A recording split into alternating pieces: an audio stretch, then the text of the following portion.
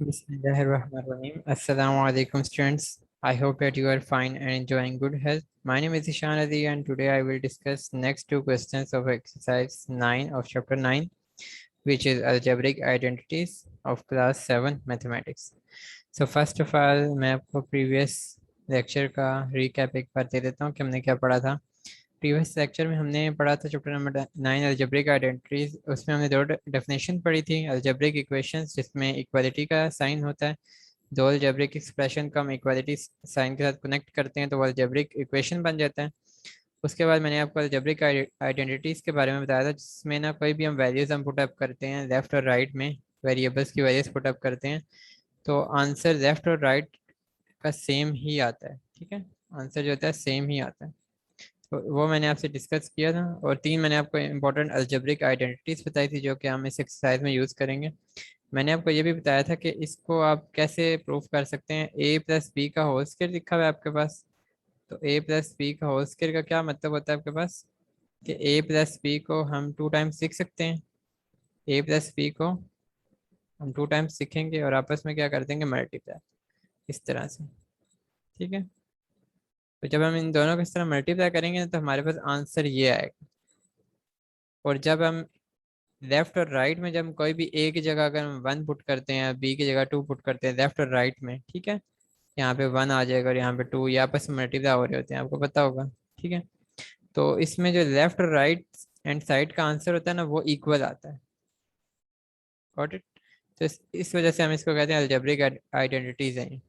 उसके बाद हमने एक्सरसाइज 9 का क्वेश्चन नंबर 1 देखा था। इसमें हमने स्क्वायर फाइंड्स किए थे इसमें फॉर्मूला यूज करते हुए ये इस तरह, और ये भी। ठीक है, सेकंड क्वेश्चन और थर्ड हमने देखा था, थर्ड पार्ट इसका। अब हम इसमें रिवर्स करेंगे। पहले हम यहाँ पे इसका फॉर्मूला ओपन करते थे, मतलब स्केल देते थे। अब यहाँ पे फॉर्मूला ओपन हुआ होगा, एक्सपेंड हुआ होगा, हमने इसको क्लोज करना है। ठीक है, यहाँ पे अगर आप नोट करें तो मैंने ये लेफ्ट और राइट हैंड साइड इसकी चेंज कर दी है।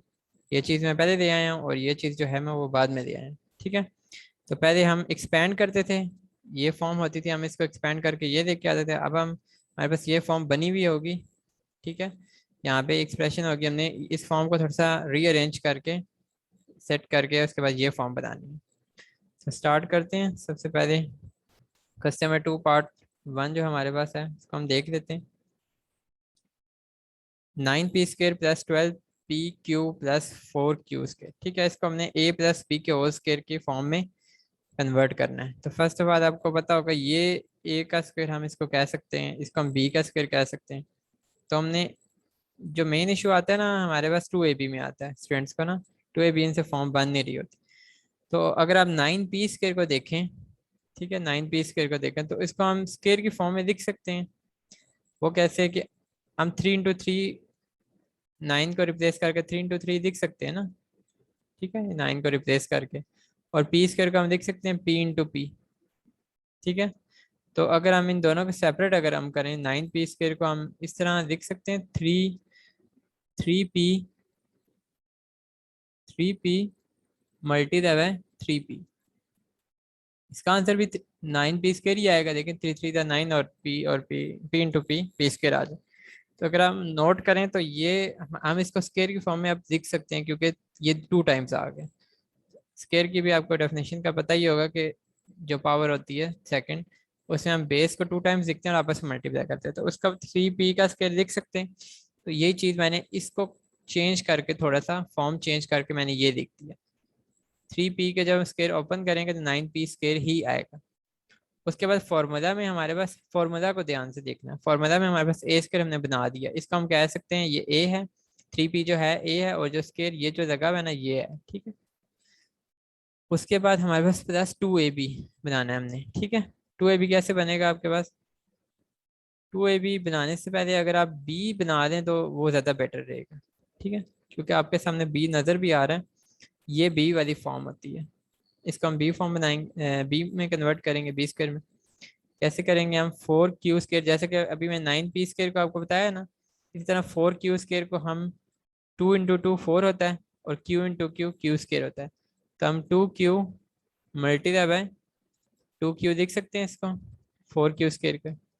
अब ये 2 टाइम्स लिखा हुआ है तो हम इसको 2q का होल स्क्वायर भी लिख सकते हैं। ठीक है, मैं एक ही क्वेश्चन थोड़ा डिटेल से समझाऊंगा, बाकी मैं इसी का रेफरेंस दे के आगे चला जाऊंगा। अब ये देखिए, ये फॉर्म तो ये तो हमारे पास ए आ गया 3p, और ए का स्क्वायर हमारे पास बन गया इस फॉर्मूले की तरह। अब बी हम देख रहे हैं, बी स्क्वायर देख रहे हैं आप, ये बी फॉर्म है ये वाली, इसको हमने Q2Q का होल स्क्वायर लिख दिया। अब ये बी है और ये उसका स्क्वायर है, ये ए है और ये उसका स्क्वायर है, तो मिड मिड में क्या आएगा, 2ab आएगा। 2 दिखा, ए की वैल्यू दिखती, और फिर इनटू बी की वैल्यू दिखती। अब ये जो दरमियान में इक्वलिटी साइन है, ये बता रहा है कि दोनों चीजें, ये दोनों साइड्स आपस में इक्वल हैं। वो कैसे, वो भी मैं आपको बता देता हूँ। ये आपका रेज हो गया। वो ऐसे कि अगर हम 3p का स्क्वायर ओपन करते हैं तो हमारे पास क्या आएगा, 9p स्क्वायर आ जाएगा। और इनको आपस में जब सिंप्लीफाई करेंगे, 2 इंटू 3 6, 6 इंटू 2 12, 12pq हमारा आंसर आएगा। तो ये देखें लिखा हुआ। और 4 क्यू स्क्वायर, ये जब हम 2q स्क्वायर को ओपन करेंगे तो 4q स्क्वायर आ जाएगा। ये दोनों चीजें इक्वल ही हैं, बस हमने अपनी जरूरत के मुताबिक, फॉर्मूला के मुताबिक इसको रीअरेंज कर दिया इस फॉर्म को बना के। क्योंकि हमें पता है कि जब भी A square plus 2ab plus B square आता है तो हम उसको सिंपली लिख सकते हैं a प्लस बी का होल स्क्वायर। ये अभी मैंने आपको यहाँ पे अभी कहा था ना कि आप इसको 2 टाइम्स मल्टीप्लाई करेंगे तो ये आपस में बराबर आएंगे, ठीक है। तो इसका मतलब ये अगर चीज लिखी हुई हो तो हम इसको इसमें कन्वर्ट कर सकते हैं फॉर्मूले के जरिए। तो इसी तरह हम इस फॉर्मूला को यूज करते हुए हम आसानी से हम इसको कन्वर्ट कर सकते हैं। वो कैसे, फॉर्मूला यूज करेंगे, A square plus 2ab plus B square किसके बराबर होगा, a plus B whole square. अब यहाँ पे देखें ए है, ये मैंने ए लिख दिया, प्लस डाला, ठीक है, क्योंकि यहाँ पे प्लस था ये, ठीक है। ये आपको बाद में पता चलेगा जब आप नेगेटिव वाला करेंगे तो आपको ये आइडिया हो जाएगा पॉजिटिव और नेगेटिव साइन। उसके बाद बी क्या वैल्यू है, ये है 2q है, ठीक है। ए प्लस बी आ गया और होल स्क्वायर, ये देखिए मैंने होल स्क्वायर डाल दिया इसके बाद, ठीक है। ये बहुत ही ज़्यादा इजी है, बस थोड़ी सी आपको प्रैक्टिस चाहिए, उसके बाद आपको समझ आ जाएंगे। इसके बाद सेकंड पार्ट देख लें, यहाँ से आपको मजीद क्लियर हो जाएगा। 4x² plus 4xy plus Y square लिखा। अब 4x² को अगर आप सोचें तो हम किस तरह कन्वर्ट कर सकते हैं, 2x इंटू 2x लिख सकते हैं, तो वो 2x का होल स्क्वायर बन जाएगा। तो इसको मैंने कन्वर्ट कर दिया 2x के होल स्क्वायर, ठीक है। फिर प्लस में डालूंगा 2 फॉर्मूले का है, फॉर्मूले में आपको नजर आ रहा होगा ये, ठीक है, फॉर्मूला में 2 लाजमी आता है। फिर यहाँ पे a की वैल्यू आती है और यहाँ पे b की वैल्यू आती है। तो अभी तक तो हमें सिर्फ a की वैल्यू पता चली है कि वो क्या है, 2x है, ठीक है। अब b की वैल्यू देखें, वाई स्क्वायर लिखा है, वाई स्क्वायर तो सिंपली y इंटू वाई होता है, y का स्क्वायर। तो y का स्क्वायर है तो हमारे पास b क्या आ जाएगा, y आ जाएगा, क्योंकि हमने होल स्क्वायर वाली फॉर्म बनानी है। तो इसमें बेस क्या होगी, y होगी तो उसका स्क्वायर लेंगे तो y स्क्वायर बनेगा। तो b हमारे पास मिल जाएगा, हमें हमारे पास y मिल जाएगा, तो वो y वाली प्लेस में 2ab वाली प्लेस में मैं लिख दूंगा 2 इंटू ए इंटू पी। तो हमारे पास क्या फॉर्मूला है, इसको क्लोज कर देंगे तो a प्लस उसके बाद b का होल स्क्वायर, ये देखें फॉर्मूला में आपको दिया है। इसी तरह थर्ड पार्ट आप देख लें, ये भी सिमिलर है प्रीवियस क्वेश्चन की तरह, 25p square plus 10pq plus q square. जब हम ए और बी का स्क्वायर निकालते हैं ना, ए और बी हम फाइंड करते हैं, तो 2ab जो मिड टर्म होती है ना वो ऑटोमेटिकली अरेंज हो चुकी होती है, ठीक है, वो आसानी से बन जाती है। यहाँ पे देखें थर्ड पार्ट इसका 25p स्क्वायर। अब हमें पता है 25 कैसे आता है, 5 इंटू 5 होता है, और P square p into P होता है। तो हम 5p इंटू 5p इसको लिख सकते हैं, जो कि 25p स्क्वायर आएगा। 5p का स्क्वायर यहाँ पे लिख दिया, उसके बाद 2 हमने लिखता फॉर्मूले का, और यहाँ पे a की वैल्यू आएगी और यहाँ पे b। सपोज करें अभी हमें यहाँ पे पता नहीं है, फाइंड कैसे करते हैं, 5p तो हमें पता चल गया कि a की वैल्यू है, b की वैल्यू कैसे फाइंड करेंगे, similar to previous question q square यहाँ पे लिखा। तो q स्क्वायर किसके बराबर होता है, हम इसको लिख सकते हैं q इंटू क्यू, ठीक है। तो वैसे तो क्यू स्क्वायर और ब्रैकेट में इतना फर्क नहीं होता, लेकिन हम थोड़ा सा इसको सिमिलर करने के लिए फॉर्मूला के साथ हम इसको ब्रैकेट में लिख देते हैं क्यू का होल स्क्वायर। तो यहाँ पे आ जाती है बेस। ये हम क्यों लिखते हैं, क्योंकि कभी कभार यहाँ पे पावर 4 होती है तो हमें यहाँ पे अंदर बेस डालनी पड़ती है, बेस की पावर 2, तभी हम इसको ब्रैकेट में लिख देते हैं ताकि कंफ्यूजन ना हो। तो इसी तरह हम इसको चेंज करेंगे, फॉर्मूला को अप्लाई करेंगे, फॉर्मूला अप्लाई करने के बाद क्या आ जाएगा, ए प्लस बी का होल स्क्वायर, ये देखें फॉर्मूला। बस इस एक्सरसाइज में आपने इन फॉर्मूलाज को ही देखना है, ठीक है। फॉर्मूला कैसे आपने क्लोज करना है और कैसे ओपन करना है, 3 फॉर्मूलाज हैं जो मैंने आपको ऊपर अलजेब्रिक आइडेंटिटीज बता दी हैं, उसकी ओपनिंग और क्लोजिंग हमने इस एक्सरसाइज में देखनी है। फोर्थ पार्ट आप देख रहे हैं 36x² plus 24xy plus 4y²। ये भी बहुत ईजी है। 36 का हम लिख सकते हैं 6 × 6 और x का स्क्वायर को देख सकते हैं x × x। ये देखें ये a की वैल्यू हमारे पास बन गई है। 2 की वैल्यू फिलहाल हम अभी हम नहीं लिखेंगे, हम b की वैल्यू बनाएंगे। तो 4 का हम कैसे लिख सकते हैं 2 × 2 और y का लिख सकते हैं y × y। तो 2y का होल स्क्वायर, क्योंकि 2y का होल स्क्वायर क्या होता है 4y² और 6x का होल स्क्वायर क्या होगा हमारे पास 36x²। अब हमारे पास मिड वाली टर्म बन जाएगी। तो उसमें मिड वाली टर्म कैसे बनाते हैं हम 2 लिखते हैं और a और b को आपस में इसके साथ मल्टीप्लाई करते हैं। a b क्या हमारे पास 6x है और 2y। ये देखें 2 लिखा और 6x और 2y का मल्टीप्लाई किया। नोट नोट रखेंगे इनको जब मैं मल्टीप्लाई करूंगा ना 6 × 2 12, 12 × 24, तो हमारे पास ये मिड टर्म ऑटोमेटिकली ये बन जाती है। ठीक है, तो इसमें कंफ्यूजन नहीं होगी आपको। इसी तरह फॉर्मूला अप्लाई करेंगे। ये a की वैल्यू है, ये विदाउट स्केयर, ये देखें ये a है। ठीक है, तो a यहाँ पे यूज हुआ है, a स्केयर यूज नहीं हुआ। इसी तरह ये b है आपके पास, तो b वाली वैल्यू यूज हुई हुई है और इन दोनों को ऐड करके होल स्केयर लिखा हुआ है। इसको बस आपने थोड़ा सा ध्यान से देखना है। तो ये a की वैल्यू ये आ जाएगी प्लस, फॉर्मूले में चूंकि प्लस है तो प्लस लिखा, और उसके बाद b और इसका होल स्केयर आ गया। फिफ्थ पार्ट तो बहुत ही ज़्यादा सिंपल है आपके पास। एक्स स्क्वायर को हम लिख सकते हैं x⁻², और वाई स्क्वायर को लिख सकते हैं y⁻²। तो इसमें सिंपली a जो है वो x है और y क्या है b है। ठीक है, तो 2 × a plus 2 × a multiply b होता है, तो a की वैल्यू हमारे पास x है और b की वैल्यू क्या है y है, तो x + y का होल स्क्वायर। ये बहुत सिंपल है बहुत। उसके बाद आपका थर्ड क्वेश्चन है evaluate the following expression using formula.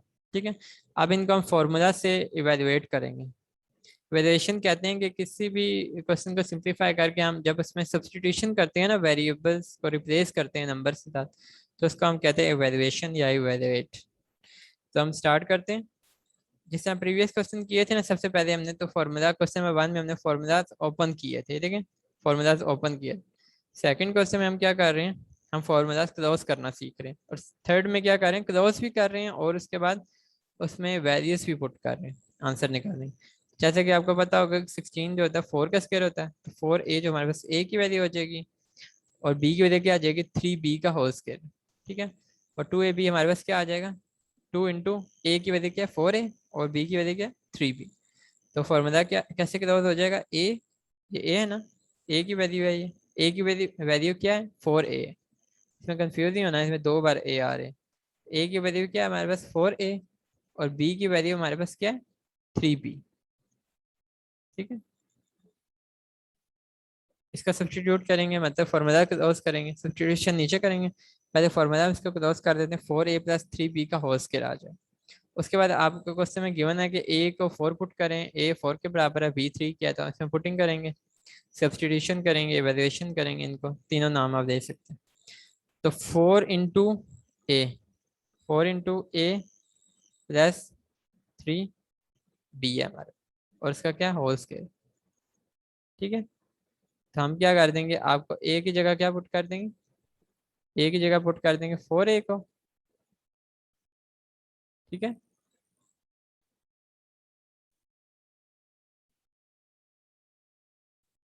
और b की जगह क्या पुट कर देंगे 3b।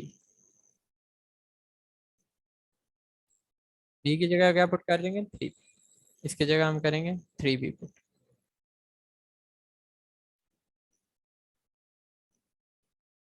सॉरी, ये 4a नहीं पुट करेंगे, क्योंकि पुटिंग में तो वो आपको 4 का आ गया। ठीक है, दोबारा इसको देख लें, इसमें कंफ्यूज नहीं होना आपने। ये जो a और b मैंने बताया ना, ये फॉर्मूले का है। यहाँ तक ये वैल्यू a b की ये वाली चलेंगी। ठीक है, यहाँ तक, क्योंकि हमने जब 4a का होल स्क्वायर किया था 16a स्क्वायर बनता था और 3b का होल स्क्वायर किया था 9b स्क्वायर बनता था। तो यहाँ पर आपके पास फॉर्मूला में a की वैल्यू क्या थी 4a और b की वैल्यू क्या थी 3b। तो हमने लिख दिया था 4a + 3b का होल स्क्वायर। ये जो वैल्यूज है ना, ये यहाँ तक वैलिड है। ठीक है, ये मैं रेज कर देना ताकि आप कंफ्यूज ना हो जाए। मैंने भी इसको देख के यही लिखी थी। तो ये आपके पास आ गए। उसके बाद यहाँ पे जो क्वेश्चन में गिवन था ना कि a की वैल्यू 4 और 3 b की वैल्यू 3 पुट करें, तो यहाँ पे आप देखें ए की वैल्यू क्या पुट करनी है 4 और बी की वैल्यू क्या पुट करनी है 3। तो यहाँ पे देखें 4 इंटू ए की वैल्यू हमने क्या लिख दी 4 और प्लस डाला 3 इंटू बी की वैल्यू मैंने लिख दी 3। तो आपके पास होल स्क्वायर भी इसने उसका गिवन है आपके पास, मतलब होल स्क्वायर भी इसका लिखना है। तो 4 इंटू 4 क्या हो जाएगा 16 और 3 इंटू 3 क्या हो जाएगा 9, 16 plus 9 which is equal to 25 and that 25 square is equal to 625। 25 को 25 से जब मल्टीप्लाई करेंगे तो आपके पास क्या आ जाएगा 625 आ जाएगा। ठीक है, उसके बाद आप नेक्स्ट जो इसका पार्ट देख रहे हैं, लास्ट पार्ट है इस क्वेश्चन का। ये थोड़ा सा ट्रिकी हो सकता है क्योंकि इसमें फोर्थ पावर आ गया इस, तो आपने कंफ्यूज ज़्यादा नहीं होना, ध्यान से इसको देखना। 4m की पावर 4 है आपके पास, 4m raise to the power 4। तो हम इसको लिख सकते हैं 2 इंटू एम स्केयर। अब 4 का जो 4 की जो पावर है, सॉरी m की पावर है 4, तो इसको हम स्केयर में कैसे किस सूरत में लिख सकते हैं, हमें तो स्केयर चाहिए। तो हम लिख सकते हैं M square into M square. ज़्यादा एक्सपेरिमेंट यूज़ करते हुए आपको पता होगा कि इनको जब हम प्रोडक्ट ज़्यादा लगाएंगे इसके ऊपर तो बेस एक बार लिखेंगे, ठीक है, और पावर्स इनकी क्या हो जाएंगी ऐड हो जाती है। ठीक है, तो मैंने उसके हिसाब से इसको ब्रेक डाउन कर दिया। इसको हम एम स्केयर और एम स्केयर लिख सकते हैं। अब हमें पता है कि एम स्केयर जो है वो 2 टाइम्स आ रहा है, तो मैंने एम स्केयर का स्केयर लिख दिया। ठीक है, यहाँ तक आपको क्लियर हो गया कि मैंने ए की वैल्यू कैसे निकाली है। 4 का तो हमें पता था कि 2 का स्केयर 4 होगा, तो एम की पावर 4 का हमें कंफ्यूजन था, तो हम क्या करेंगे एम की पावर फॉर्म को एम की पावर 4 को हम स्प्लिट कर देंगे एम स्केयर में। ठीक है, और एम स्केयर 2 टाइम्स लिखे हुए हैं तो एम स्केयर का स्केयर हम लिख देंगे। तो 4 अगर इसके साथ है हमारे पास इस तरह, तो यहाँ पे 2m स्केयर और 2m स्केयर आ जाएगा, और यहाँ पे क्लोज में क्या हो जाएगा 2m स्केयर का होल स्केयर, ये देखें आपके साथ। उसके बाद मिड वाली को भी आपने नहीं छेड़ना। ठीक है, तो बी स्केयर पहले फाइंड करने ज़्यादा इजी हो जाएगा। 9n स्केयर n की पावर 4 सॉरी, तो इसका हम करेंगे 9n की पावर 4 का हम लिख सकते हैं 3n square multiply by 3n square, उसका होल स्केयर मैंने लिख दिया है। ठीक है, तो फॉर्मूला यहाँ पे पहले मैंने क्लोज करना है। तो ये अब हमारे पास ए क्या है 2m स्केयर। ठीक है, यहाँ पे आपने नोट रखना है ए क्या हमारे पास 2m स्केयर है, और बी क्या हमारे पास 3n स्केयर। तो हमने क्या किया ए प्लस बी का होल स्केयर लिखना था, तो ए की वैल्यू क्या है 2m स्केयर और बी की वैल्यू क्या है 3n स्केयर, इनको मैंने लिखा और होल स्केयर डाल दी। यहाँ पे आपने स्केयर यहाँ पे भी आ रहे हैं ए और बी की वैल्यू में भी, और होल स्केयर भी आ रहा है, तो इसमें आपने कंफ्यूज नहीं होना। ठीक है, एक्सेस स्टूडेंट यहाँ से कंफ्यूज करके इसमें इसको गलत कर देते हैं। ठीक है, उसके बाद नेक्स्ट ऑनवर्ड हम चलते हैं सब्सटीट्यूशन की तरफ। सब्सटीट्यूशन क्या होगा, इसमें m क्या हमारे पास 1/2 और n क्या 1/3। तो ये फ्रैक्शन में आ रहा है, तो इसमें भी आपने कंफ्यूजन, एक्सेस स्टूडेंट कहते हैं फ्रैक्शन आ गए तो बहुत डिफिकल्ट हो गया। डिफिकल्ट नहीं होता, बस थोड़ा सा बाकियों से डिफरेंट होता है। तो m स्केयर है हमारे पास, इसमें स्केयर्स का आपने बहुत ज़्यादा ध्यान रखना है। 2 के बाद m की वैल्यू क्या हमारे पास 1/2। ठीक है, और इसका होल स्केयर था ना, तो इस 1/2 का होल स्केयर मैंने डाल दिया, देखें आपके सामने। फिर प्लस लिखा मैंने यहाँ पे सॉरी, ये यहाँ पे प्लस मैंने लिख दिया। उसके बाद 3 लिखा, और n की वैल्यू हमारे पास क्या थी 1/3, तो 1/3 लिखी और इसका स्केयर डाल दी, और बाहर होल स्केयर लगा हुआ है तो वो मैंने बाहर लिख दिया होल स्केयर में बना के। ठीक है, स्केयर में आपने कंफ्यूज नहीं होना। तो यहाँ पे मैंने कुछ स्टेप थोड़े से लेंथी किए हैं ताकि आपको मजीद क्लियर हो जाए, ताकि आपको एक एक स्टेप समझ आ जाए। तो 1/2 का होल स्केयर क्या होता है आपके पास, 1/2 का होल स्केयर का मतलब होता है कि 1/2 जो है वो आप 2 टाइम्स लिखेंगे आपस, और उनके आपस में क्या कर देंगे मल्टीप्लाई कर देंगे। तो 1 इंटू 1 क्या होता है 1, और 2 इंटू 2 क्या होगा 4 हो जाएगा, 1/4 आ जाएगा जो मैंने यहाँ पे लिख दी। इसी तरह 1/3 का जब हम स्केयर देंगे तो यहाँ पे 3 आ जाएगा, यहाँ पे भी 3 और यहाँ पे 3, और 1/9 आ जाएगा। ये देखिए मैंने आपके सामने लिख दी। अब इसके बाद आपने ना इसकी कटिंग कर देनी है, 2 1 टाइम्स 2 और 2 2 टाइम्स 4 आ जाएगा, तो क्या आ जाएगा 1/2।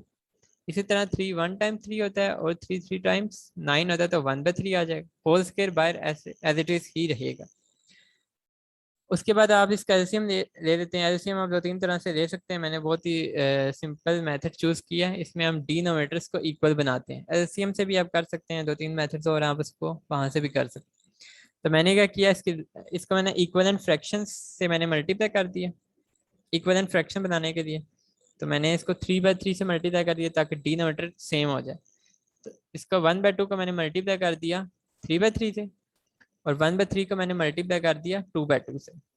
ठीक है, तो 3 1 टाइम 3 हो जाएगा, ये आपके पास है, और 3 2 टाइम्स 6 है, ये मैंने लिख दिया। और 1 2 2 टाइम्स क्या हो जाएगा 2, और 3 2 टाइम्स क्या हो जाएगा 6। अब ये तो होगी इनकी मतलब के अंदर की मल्टीप्लिकेशन होगी, फ्रैक्शन इंटू फ्रैक्शन। अब फ्रैक्शन दोनों ऐड हो रही है। ठीक है, वो कैसे हम करेंगे?